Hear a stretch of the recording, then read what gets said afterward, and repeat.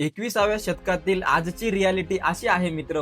बाबा लोक ज्ञान सांगत आहेत आणि टीचर प्रोफेसर सारखे लोक मार खात आहेत आणि नेते मंडळ पूजा करत आहेत आणि देशातील गरिबी वाढवत आहेत. ज्यांचा अजूनपर्यंत 5वी पासचा दाखला सापडला नाही ते लोक राज्य आणि देश चालवत आहेत. प्रश्न इलेक्शन कमिशनला केलं जातं आणि त्याचं उत्तर द्यायला देशातील सर्वात मोठा पक्ष पुढे येत असतो.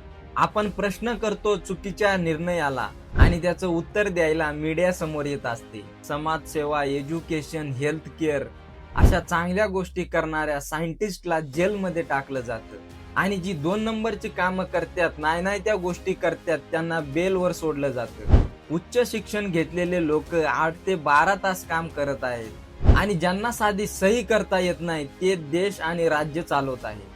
प्रश्न करणाऱ्या व्यक्तीला दोषी ठरवलं जातं आणि शांत बसणाऱ्या लोकांना देशभक्त म्हणलं जातं. मित्र, प्रश्न करायचा तर कोणाला करायचा? सगळीकडे भ्रष्टाचाराचा रंग पसरलेला आहे.